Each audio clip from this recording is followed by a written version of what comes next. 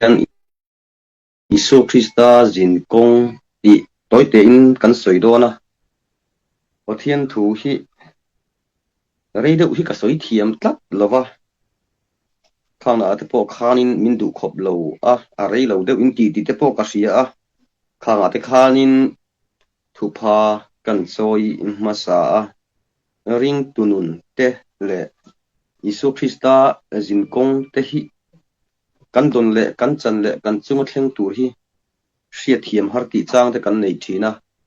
chung thu te po chu toy te in zaina hianin kan soi don ani masa in izwa in du sakna chi bai ka buk chewa ka pe family te Isu Krista thisen awangin ka mangai cheu ani Pathian le khbuthiang him kan chiaranga zon nei sai le khabua toy te in ka chiaranga maro chu atul dan angin mun danga mi hi chu kan soi mei don ani tu lang dan ang zelin soi kan tum don nia Pathian le kabuthiang him chiarin ngai thang zol nei Israel le kabua hian bungsom nga le pathuma hianin kan chiaranga chang thum te hi kan chiar anga ani chu mishing te musit le du lovina oma lungai na te nei mi le nap na shemi ani a mi ten an mai an hu san ang chuan ani chu hu sanin a oma kein ni la chuan ani chu kan ngai sang silo ti kan mu a hela hianin chak sari na a hianin ani chu ne chena oma ni ma sela ai ngai tloma aka po ang lo ti kan mu boka chanchin thaji ka te po kan la sei zel tura ngai la Isu Krista jin kong hi achuk chowa ama mutak tak tu tele ama nei tak tak tu te lo chuanin an tur chuk zo lo thina an zui thei lo mai thina ni a chiang renga a zir tir te zinga ngei po khanin man tir tu oma kha ngei po kha amartar dan kha a thawak lowani juda iskrota kha ain ok hlum ani kha chunga chon Isu Krista hi a mutak tak tu te tan lo chuanin sia thiam hara zui po a harani ni tina kan nuna te chung kwa kan khosak ho na te team uaka ani emo mi ina te tan po niang chu eng ang harsat na tenge kan to ani le Isu Krista awang hianin voi khatal harsat na kan tok ve to ani lo le tra an ruam kan thleng ve to ani lo le Isu Krista awanga ei tur nei loin voi khatal kan ve to ti te Krista awang hianin kan re thei ve to ti te ngun takin ngai tu ta ila Isu Krista awanga ni chuanin re thei na te hausak na te mu sit na te I chik na te el rel na te khang zong te kha ator theya Isu Krista zui lo maila kan tur don tho eden kan eden atanga kan originality khani ve a re theina te har sana te mang an te hi Isu Krista zui lo maila kan tok don fima chu man chuanin ka soi fo thina khovel aro puina le ma ni du zonga hlim topa kalan I ho ai chuan Isu nen chowa trap keu te hi annan hi lo don ani ti hi ka soi fo thina ni tu ma chun zaina hianin Pathian mangai alkape chungko te eng ang har sat na nge into eng ang har sat na nge kan to Krista awanga har sat na eng ang nge kan to ve to Isu Krista jin kong ngun takin chutila mi in entirnan kan ni na mi alawate atu tiang kha tiang min lo kitang sela kan ka kan ang me yangem zoli sai le ka bu pung chunga le pathuma hin ran soya beram no beram hulmet tu ma ngoi reng ina ni chu ka ang lawatia ini ro chu kan thiam thu ta kan soi tek china chu mai pi lama kan ni na mi lawate mi min lo pu tang sela na sa takin kan khinglet mai thina ni kha ring tu ta ti ve tur ani lo ani chu a chan chu har sat na po tok mai la eng angare thei na po tok mai la isu nen chuanin ilung oi me yang u ani taka chuanin hei missing ni phunga po har sat na kan nei thewa tan tak chu na thok pe mi alawar thei den oma heng hi mi khong ai kha kan nia mara chu bor som na te le dam lo awanga sum le bai tho chu thei lo awanga re thei te chu som ve takani sum le bai han thokila dam do ina tiang ren in en tinan manangai le zel mai thina henga te hianin kadin mun kalo feel to ania pathian ma hianin vuina tur hi ka nei mi alo katia ka vui ngai lawani engkima lung oi hi kanzir apoimo a eng anga har satna eng anga theina eng anga ti du da na po hi tok maila Isu Krista hum hi kan lu don lo sim ti hi ka sei fo thina ni Singapore kholai kha saru ngal nganin han fang ve te izak ve khopang ma se Isu Krista kha chu ban tharin en nom thir nan thira anwen nuai tamin nu ja siam nan manga kha ti chung khanin Israel telal kaniti ba Juda telal kaniti ba kha aka ang mi lo heng har sat na le za na le ret na le lim na te po aniang engkim mai kan ta hi Krista awang kan chom hi henga hianin ani le zaina hin Isu Krista zin konga hian kan lunga oyem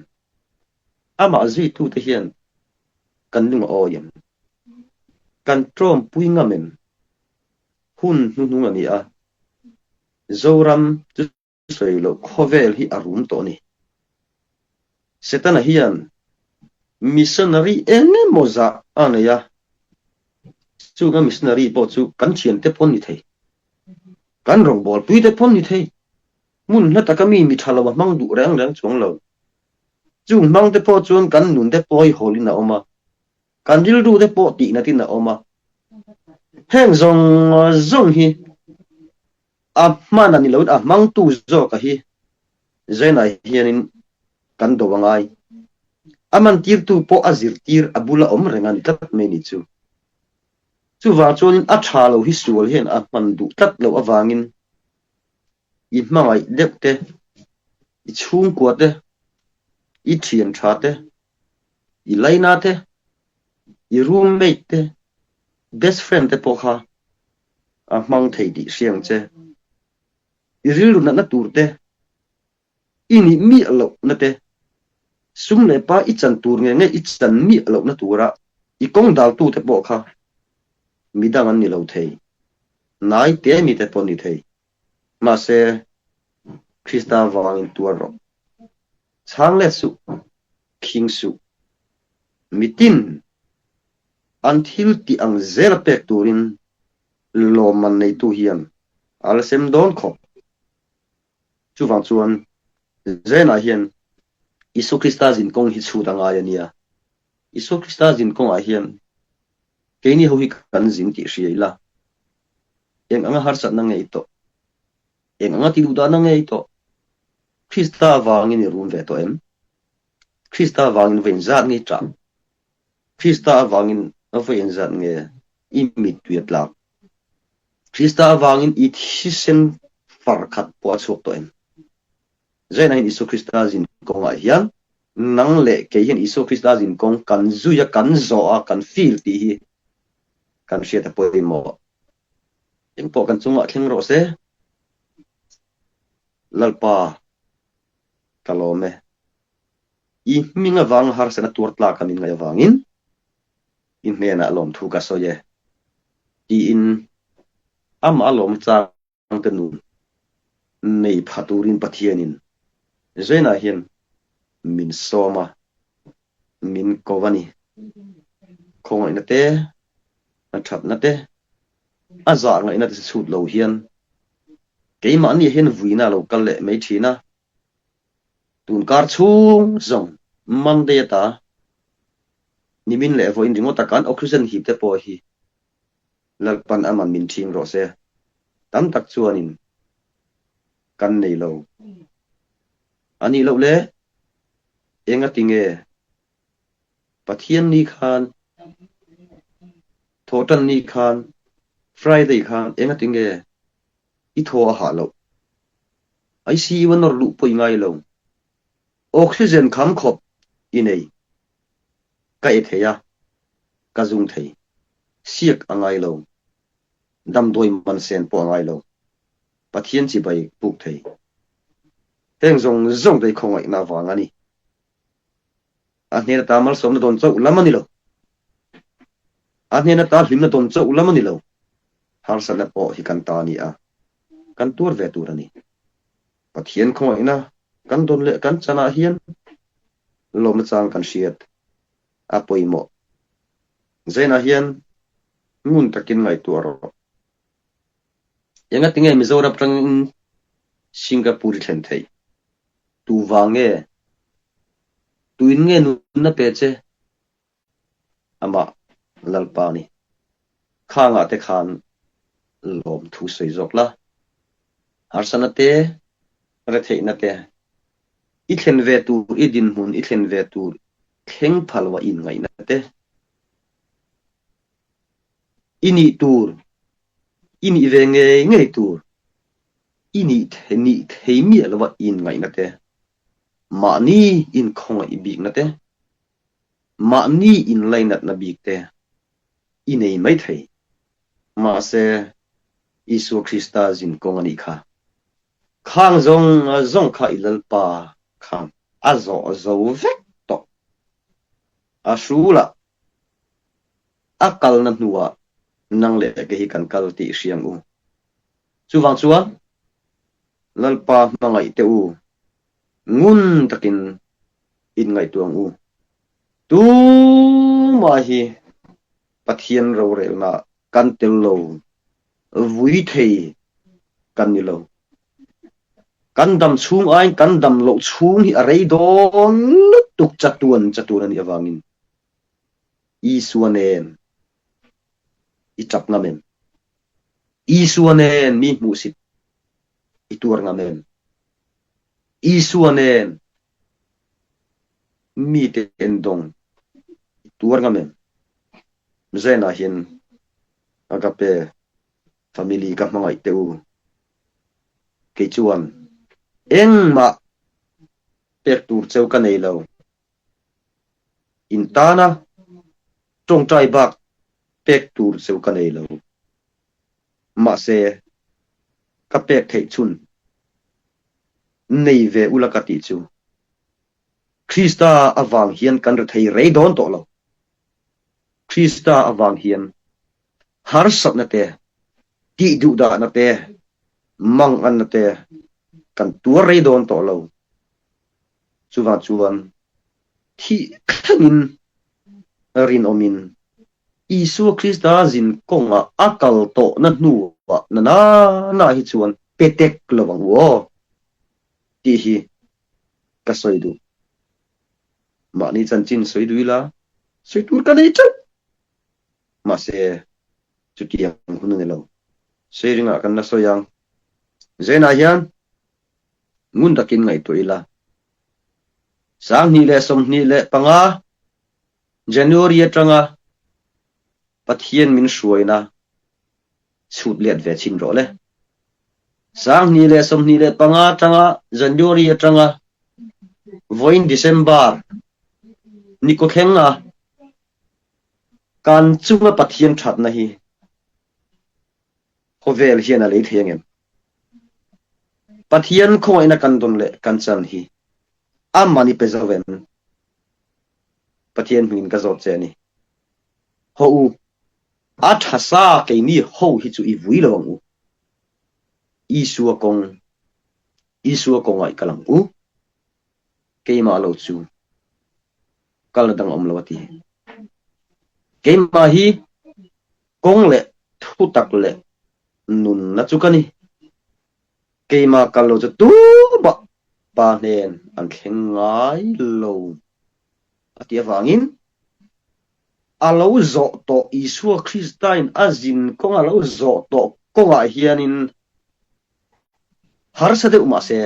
kalro chap chung pon kan ro idu le thitur pon kan le ro kan dam na kong ri chuanin kan taksa po thi mai ro se tlan me yang u chu chu lal pa min tum puyani e kan taksa hian har sa na te re thei na te mang an na te ti du da na te lo tur don ma sela Isu ane ani chuan lom taka ma chon thei turin it hin lung kong kha kat hin lunga hian Isua thuro se ke ni chu I thovila ilangan u atatlum tur Isua kan thin lunga tatlum sela thu sela kan nuna ro rel sela keima ania ati tur tiro se fapatan bo chung changa kan hu fapatan bo po ani zong zonga kho ralvet aro chana la to ma se lat takatangina pai na lo hu lat takatangina pai lo hu ake a phekok akuta zungbun kha zungbun khan harsanna manganna retheina hlimna lomna engkim zungbun chunga khanen kual khung fatakaro lu tu Isu Krista ta ani to wang ator angai inani mai ka fa patan bo kha du zong zong ina om ma se apa ne in sira sim lu ka chuan apa in ap ke a phekok abun tir to ake aphe khokhan engen tir kan ti chuan biakin lama akala ngai ve to zudora akala thiang tol mani hlim lop na huna ake apen athei to lo lalpa mi te ne in pol ho na huna ake kha apen angai ve to nang le ke po hi lak takatoin nalpan min mu rina faklo to te khan thing zaina zai bunte tlanga tpu ka ten vak vai chuwang chuan Isu Krista zin kong zo tu te hian chel takin rin om takin izo ang u he kong hi kan zo non don lo tu man kan sing nun kong hi kan zo non don lo kan sir le don lo athazo kong lunga hian kan ke penzel ro se kan zungbun hi I hlip lawang u chel takin Isua tang itizelang u engma pek tur cheu kan ei lo maro chu khovel sumina alei theina urim omna inta nalal panabua sa inu nalal khum ero hi chu pai su hei hi kaduni hei lo chu pek tur cheu kan ei lo zaina hian chuwang chuan nalal khum kam tanal panada hi I hlok chua kang u Isu Krista zin kong a hian ikal azelang u midang enangai lo nang ero chu film khurang che enganga har sana po to kro Isua humilu adon suang lo rinom le chelta ka omin ni tin lalparong ibolang u Isu Krista jin konga kong thaom na kong hlun pa nen thlen na konga hian kalturin thole Isu Krista mingin kasom cheu ani lalpana thu kan zatan mal sombro se